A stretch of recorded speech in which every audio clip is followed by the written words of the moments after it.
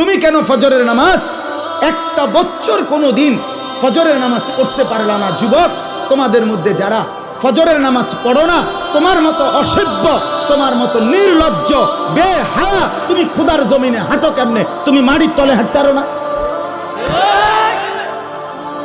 তোমার মতো অসভ্য আর কোনো মানুষ হয়নি। বেহায়া কোথাকার।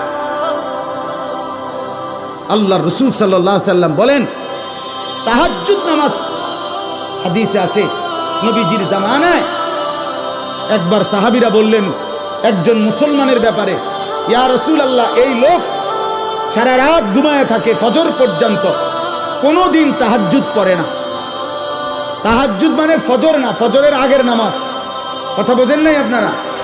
নবীজির সাথে সাথে মিশকাতে আমরা নিজে পড়ছি, আল্লাহ রসুল বললেন, যালিকা রাজুলুন বালাশ শাইতানু ফি উদুনাইহি। নবী বলেন, তাহাজ্জুদ পড়ে না কখনোই, তাহলে তো এটা এমন একটা লোক যার দুই কানে শয়তান পেশাব করে দিছে।